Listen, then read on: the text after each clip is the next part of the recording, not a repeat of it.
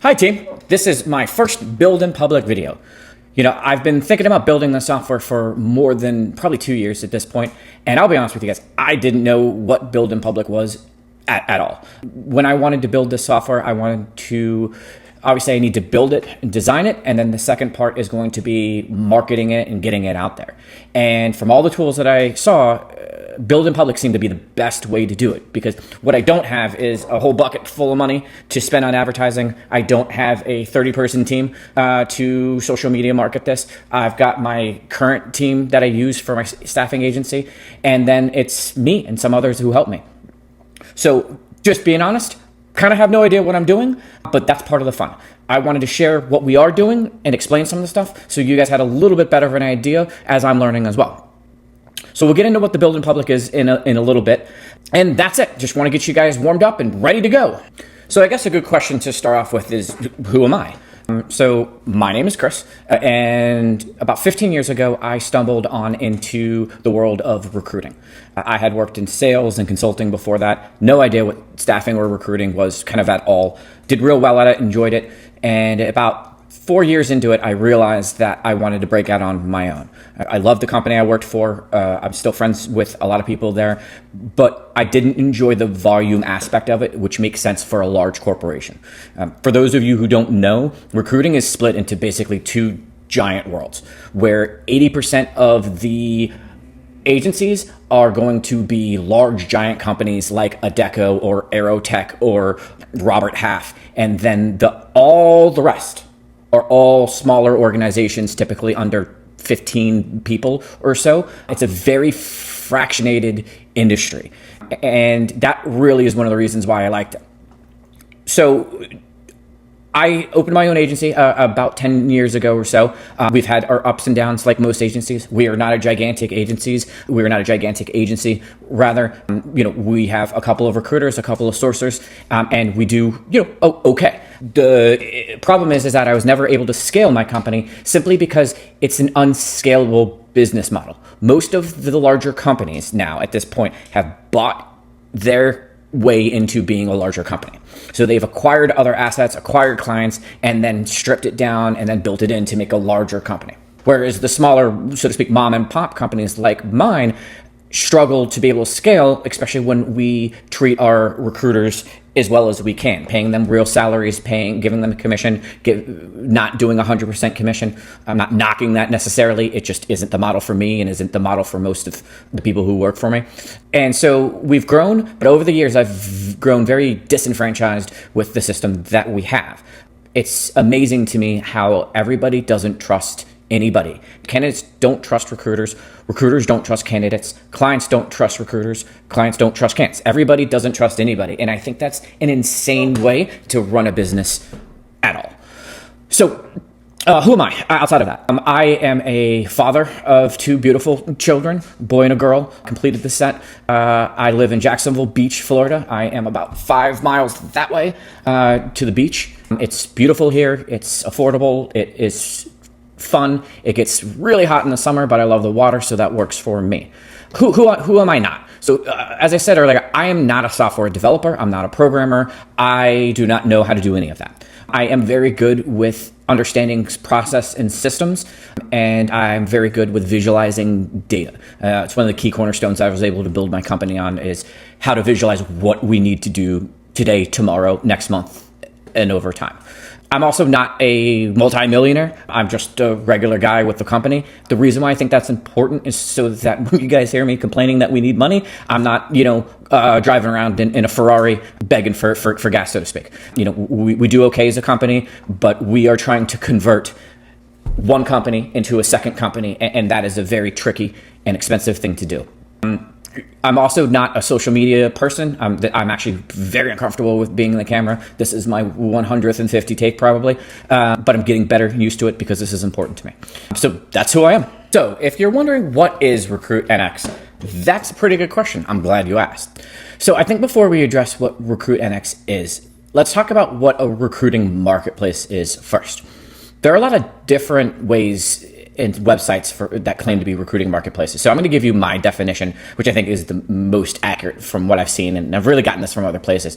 A recruiting marketplace is a place where recruiters, either individual independent recruiters or agencies, can go online to a platform that has jobs listed directly by clients or employers, kind of whatever you want to call them. The benefit for recruiters is that they don't have to find a new client. The jobs are all listed there, kind of the same way you would post a job on Indeed, except there's just jobs for recruiters to work. And on the client or employer side, it's beneficial because instead of posting the job onto, again, I'll use Indeed or LinkedIn, where you're getting tons of candidates back and you have to filter through, you theoretically should be getting submissions from agencies or recruiters who are submitting the exact candidate that you're looking for.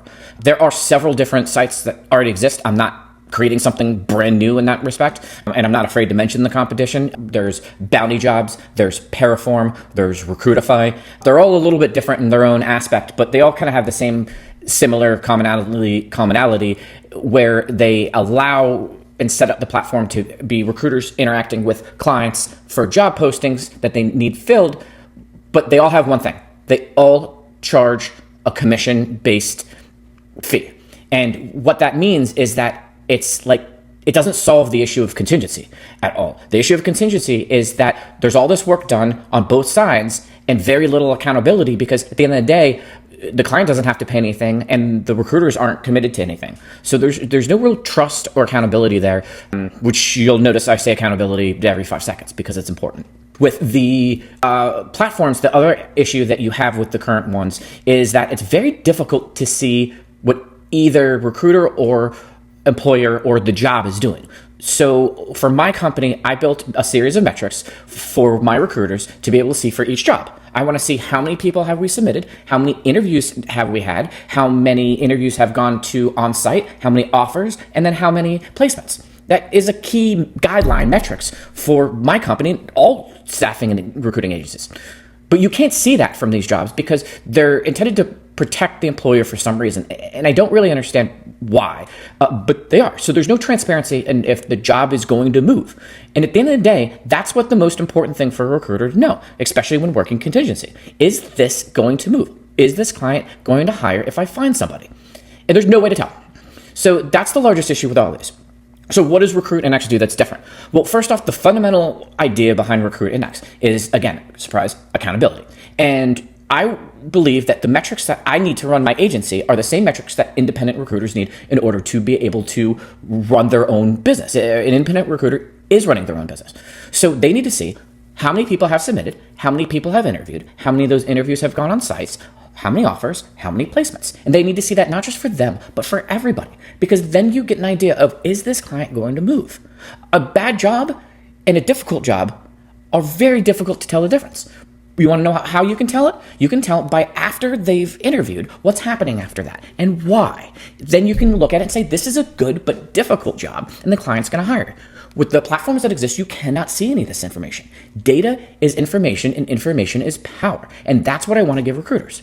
This works on the other side as well, for employers. On these sites, they get a little bit of information about the recruiters, but if I was a client, I'd want to see the same thing. How many submissions has this recruiter given us? How many interviews have they gotten? That's how much quality over quantity. Who cares if they've done 30 submissions? I want to know how many of those 30 submissions got interviews. That's what I want to give employers too. So it's a win-win for both sides. The second part is that by structuring this and a monthly fee, we are able to have people are naturally more urgent when they're paying monthly because it's costing every single monthly. Every month it's costing them something and they are eager to stop paying them. So recruiters are not going to pay monthly unless they're getting results. Clients and employers are not going to pay unless they get results. No one can afford to just sit there and be like, oh well, guess we'll just try next month. Everybody needs to make plans, and that's the difference. And also by doing that, we're allowing everybody to have more money. Employers don't have to pay a commission, so they don't have to pay more. Recruiters can make more because they're not getting a cut of commission. So everybody ends up winning. That's what RecruitNX is. Okay, so what is a build in public? Well, there's a lot of stuff. But let me start off by saying I am sharing everything with you guys. I want you to understand the journey, what it takes, what I'm doing, every little inch. Nothing is off the table that I know of. So let's talk about some of the components and what a build in public means. And yes, I'm going to read off a list because there's a lot. Founder journey. Okay. So that's me as an entrepreneur, the lessons I've learned, what went wrong, where we're at. This is more of an overview of how to be an entrepreneur. It's more of how all of that side, the business side of it works. The next part is the product build. So we do have a software developer who helps us and it does the actual software development, but I'm in charge of the product design because I'm the most experienced with recruiting. So I will give you guys the product side of things, what's working, what's not, and most importantly, get feedback from you guys. That's what I need in order to build this the right way. That's why I'm asking for your help and asking for engagement. That's why I'm not just building this on my own, closed doors. I need input. Growth and metrics, talking about how many users do we have once we launch, and before that, how many followers do we have, how many likes did we have today, everything that's important to get us to where we need to grow. That includes revenue as well. More on the business side, funding and business. I'm going to talk about, hey, what do we need? This is a process that is not easy from a money standpoint. It requires quite a lot of overhead, and switching from a existing company to a new company, particularly something that's very different, is unique and has its challenges. And from a cost standpoint, it's a lot. I want to share that with you. The team and operations. I'm going to tell you guys about where our team is, how it grows, so you guys can kind of see how that side of it works. And then I'm going to give you guys some insights, education as I learn. It's kind of tied to everything else, but it's kind of its own thing as well. Challenges and failures. I am a big fan of learning from my mistakes. I try to do that more often than not learning. And I like people around me who challenge me and tell me that, hey, you're wrong. And I'm happy to be wrong. Just tell me why I'm wrong so I understand. Explain my vision and what I think the impact of what I'm doing is, and a little bit about me and about my team and about what we do behind the scenes. Ultimately, that's what the build in public is. It's getting your buy-in so you understand what I'm doing and why I'm doing it, and hopefully get you guys excited and really hopefully get you guys involved in helping me build this for all of us to fix this problem. Okay, so I've talked a big game about what I'm going to share and about how the build in public works and all of these magical details. Yet I've shared nothing about what I'm actually doing. So this is the part where I open up and let you guys know. So let's start with the founder's journey. That's me. That's the path that I'm going and the pros and cons of everything that I'm doing and how it affects me. So let me start off by being honest with you guys in that this is a scary thing I'm doing. I'm kind of going into a world that I don't fully know. And I am converting a successful company into an unknown. That's very scary for me. But I believe in this product. I believe that this needs to be done. And I think there's a better future for me, my family, and for everybody who's going to use it. I believe in it 100%. My employees believe in it 100%. A lot of people around me, friends and family, believe in it 100%. And that's really given me the power to move forward. But there's times where I get scared. I get self-conscious. I don't know if this is right, if I'm doing the right thing.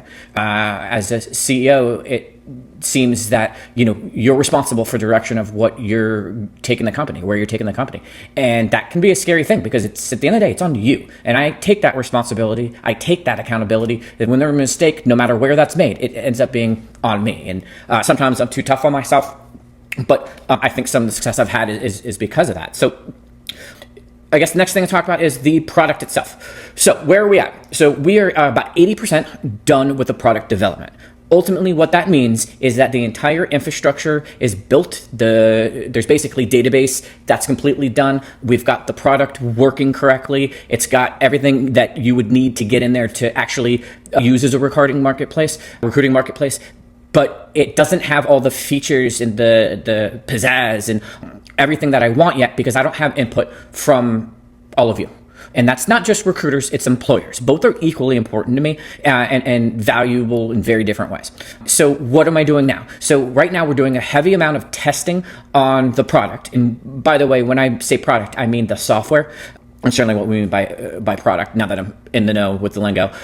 I need to start getting feedback from all of you to help me with the little details. These things seem insignificant when you're not a recruiter or not a hiring manager or an employer, but when you are and you're in the trenches, these things matter. So I'm interested in see what the metrics you guys want to see, how you want it to work. I've used hundreds of different platforms that have to do with recruiting, various shapes and forms. I have a pretty good idea of what works well and what doesn't work well. But at the end of the day, it's you guys who are going to use this. It's you guys hopefully going to pay to be able to use this. And it's you guys who are going to be making money off of this. And at the end of the day, that's what I'm after. Team. So right now, as I said before, I have an existing staffing recruiting agency that I'm converting over. Most of my team are doing dual duty jobs. So as RecruitNX slowly takes up, their amount of work in my other company is going to reduce, and we're going to kind of hand things over. So right now I basically have 3 full-time employees for RecruitNX. I have a social media manager, I have a operations manager, and then I have a lead software developer. Those 3 work full-time right now on RecruitNX. And then on the other side, I have a couple other team members that are mostly still focused on the recruiting sourcing side for my agency, but the plan is to shift them over at some point to working full-time for RecruitNX. That's the point of no return for me. That's what I like to call the hard switch. At that point, I'm no longer running an agency. I'm running a SaaS and software company. The next part of that is funding. So where are we at? So I've been funding this for better part of over a year now. With any profits that I get from an agency, I basically turn around and dump it right back into RecruitNX. That's what I'm doing. I am all in on this software. Any extra dollar I get goes to this. So that's been funding it so far, but the concern is that once we hit a hard switch. And what that means is essentially I have 2 things going. I'm going to need more money because all of that costs more, but I'm not going to bring any more money in from my existing company because I'm not doing that anymore. So what needs to happen is we need to raise some money. I don't have enough money to do this myself. Like I said, not a multimillionaire. So we've got a couple of different plans. I've learned a lot about how software, particularly what's called SaaS, software as a service, works.